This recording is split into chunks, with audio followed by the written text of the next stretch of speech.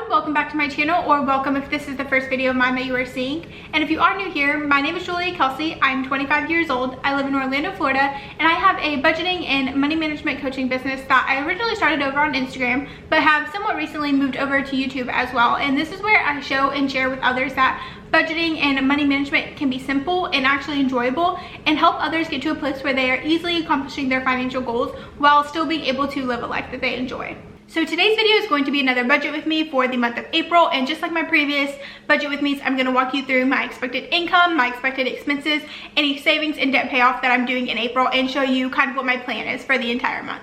And like usual, I will be showing you my budgeting template, and if you like this template and think it might work for you, I do sell it individually on my website for just $10, and that includes the template I'm showing you today as well as a bunch of other trackers. So if you're interested in that, I will leave the link in the description, and all of these templates and this spreadsheet in its entirety are always included in any of my coaching packages as well. So let's get started and see what my plan is for the month of April. So like always, we will start with my income. So my expected income for the month of April is $4,250, and I have the individual components blocked out, but that's what I expect to have coming in overall. And then moving on to my expenses, so starting with my fixed expenses, so these are the ones that don't really fluctuate much month to month. The amounts are pretty set in stone as well as the due date, so I'm going to run through these pretty quickly because they're very similar to my previous budget with me's. So the first one is my rent, so that is my normal $1,585, which might be a little bit on the higher end, but I do live in a luxury apartment building in downtown Orlando, so I also think that is reflective of where I'm living and the amenities that I do have.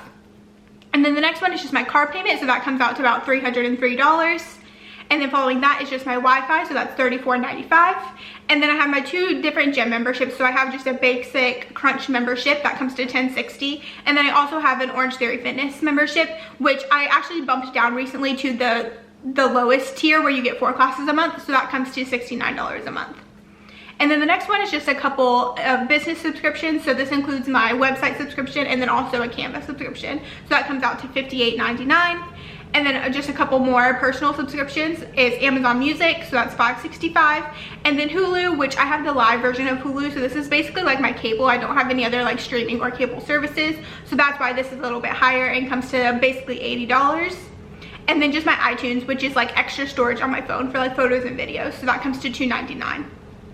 And then the next two I still consider fixed expenses, but they are a little bit more variable month to month, just because it depends on my usage. But I always have a pretty decent estimate of what these are going to be, so that's why I include them here. And I also know that they are going to happen every month, so that again makes it a fixed expense. So for my utilities, I have been spending a little bit more in this, which makes sense. It's getting warmer and I'm running more AC, so I'm estimating $195 here. And then the last one is insurance, so this is mainly my car insurance, and then $12.50, this is also renter's insurance.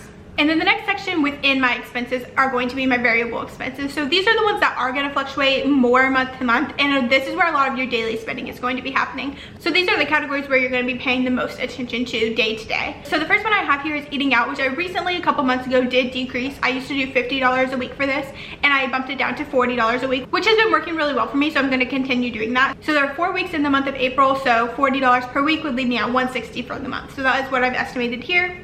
And then my next one is auto, and this category has definitely been fluctuating the past couple months. As we all know, gas prices have been increasing, and as well as my habits have been changing, and I've been driving quite a bit more. So I've definitely been having to play around a little bit with this category and seeing what really works. So in March, I estimated $25 a week for gas, and that still seemed to be a little bit low. I think I might be able to get away with that if and when things calm back down a little bit, but for now, I need to bump that up just a little bit more. So in April, my estimate is going to be $35 a week. So again, with the 4 weeks, that comes to $140 for the month, and I think that will be a good estimate to get me through this month, and we will obviously see at the end of the month how that played out and then adjust accordingly for May. And then the next category are my groceries, and this includes my HelloFresh subscription as well as just normal grocery trips. So I do enjoy getting HelloFresh just because it makes it a lot easier to meal plan, specifically when you're cooking for just one person. So I do account for this within this category, and I don't get a box every week. I tend to maybe do 2 to 3 boxes a month, and I definitely think there will be 3 boxes this month, so that's what's accounted for in this budget. And then I also do just regular grocery shopping for like breakfast items and Diet Coke and stuff like that every other week, so that's also included here. So I'm estimating about $300 for the month. I did $300 in March as well, and that was a longer month, and I was just slightly over budget there. So I definitely think with it this month being 4 weeks, $300 will be perfect. And then the last one is my miscellaneous category, which really just encompasses anything that doesn't fall within those other three. So just those little purchases that happen to come up throughout the month would be reflected here. So I just do $50 a month for that. And then there is another line item here, which is just my checking account cushion. And this is basically just the buffer I have sitting in my checking account in case bills come out higher than expected. And I already have a pretty decent buffer going, so I usually don't budget to put anything here. But if I happen to have $1 or $2 left over at the end of the month, I'll usually stick it here and just add to that buffer. So my total expenses, fixed and variable, come to $3,125, which when I'm looking back at a couple of my other budget with me's that I've done, this does seem a little bit high, especially for it only being a 4-week month. But just have to remember that prices are a lot more expensive in specifically gas and groceries. So your budget's gonna reflect that, or it should reflect that, so you're not scrambling at the end of the month. So it makes sense that this is a little bit higher, and you just have to be adapted to the factors that you can't really control. And now let's move on to the sinking fund section, which remember are like mini savings accounts where you put a little bit aside each month for a larger or maybe an unexpected expense that will come up in the future. You just might not know when it will come up, or you might not know how much is going to be needed. So you are kind of preparing for that expense ahead of time. So let's go through my categories and what I'm allocating to each of these funds in April. So my first category is my clothes/beauty fund, and this is pretty straightforward. Just any like clothes, skincare, makeup, hair care, anything like that would fall within this category. And I'm putting just $15 towards this fund. Definitely isn't one of my higher priority funds, so I kind of just put what I can after I've made sure I've accomplished any goals I have in any of the other funds. And similarly in my fund category, this is like for entertainment and going out type purchases. And again, I just did $15 for April after funding all the other categories that needed to be. And then my next category is holiday/gifts. This is mainly going to be like my Christmas fund, what I use to purchase Christmas presents, but I do tend to use this for like birthday presents or anything else that pops up throughout the year. However, my goal for the end of the year is to have $600 by Christmas, which would be $15 a month. So that is what I'm doing in April. And then if I do happen to use this fund for a different purchase throughout the year, I'll make sure to replenish it or maybe bump up my allocation for a month or two to make sure I have that $600 by the end of the year. But in April, just doing my normal $50. And then my next one is my household. So I use this for like decor, candles, blankets, stuff like that. And I'm not putting anything towards this in April. I don't have any plans to make purchases within this category. And again, this is just not one of my priorities. So not putting anything aside in April for that.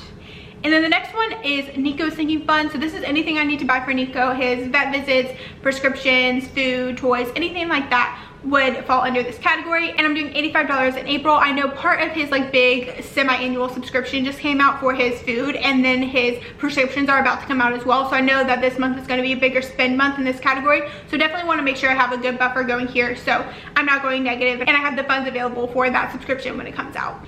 And then my next category is my car maintenance fund. So this is just any repairs or maintenance that would be needed on my car. And I haven't been putting anything in this category for quite a while just because I had a decent buffer going, definitely considering that my car is fairly new. However, I did have to spend some out of this fund in March to get my tags and my registration renewed. So I want to make sure I replenish that amount and get it back up to my $200 buffer. That's just what I feel is a good amount right now. And obviously I could do this a lot faster. I could just put the whole $50 in here now, but I have a couple other things that I want to fund as well. So I'm just going to do this slowly over time because again, I don't expect there to be any dire need to repair my car at this moment. So I'm just going to do $10 in April and slowly build this back up.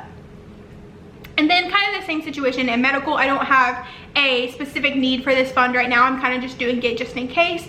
And this category would be used for like prescriptions or co-pays if I need to go to the doctor. So I'm just going to do 10 here in April and continue building this fund up as well. And then the next one is my tech category, which I've talked about in a lot of my other videos. Right now, I'm not really saving for anything here. I'm actually using this fund to replenish my emergency fund, which I had taken a little bit of money from to bring this account back up to positive after I used it to purchase the camera that I'm recording on right now. So not a dire situation, but also I do want to make sure I'm replenishing that amount. So unfortunately, I'm not putting anything towards this right now, just because I had other things that I wanted to prioritize. But I will continue to put money towards this fund and then move it back to my emergency fund to replenish that amount. And then the last two categories here are just my yearly renewal categories, so bills that I have that come out every year instead of every month.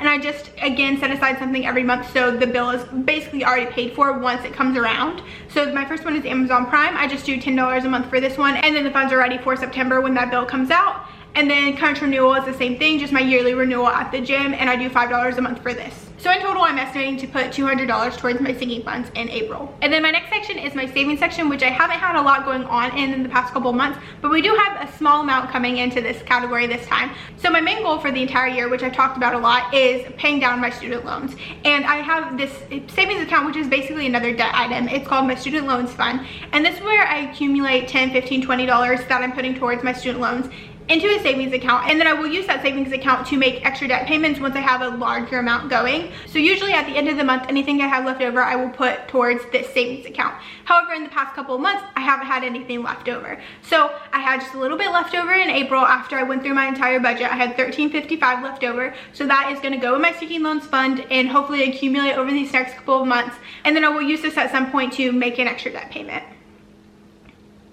And then going right along with that, the next section is my debt payoff section, and this is where I account for my student loan minimum payment. So my minimum payment here, $911.45 like normal. And that brings us to the last section, which is just my overview section, where I can see if I've accounted for every single one of my dollars, because remember, we are doing a zero-based budget, so every dollar that I expect to come in, I have to account for in some way. So this will tell me that, and you can see my green and my zero here, so I know that I've accounted for every dollar, I've given every dollar a purpose, and I know that my budget is complete for the month of April. So that is it for my April budget with me. I hope you guys enjoyed this video and found it helpful, and if you did, make sure you give it a thumbs up. Also, don't forget to subscribe so you can see more videos like this from me. Also, make sure you go over to Instagram and follow me so you can see content from me in between YouTube videos. And with that, I will see you guys in the next one.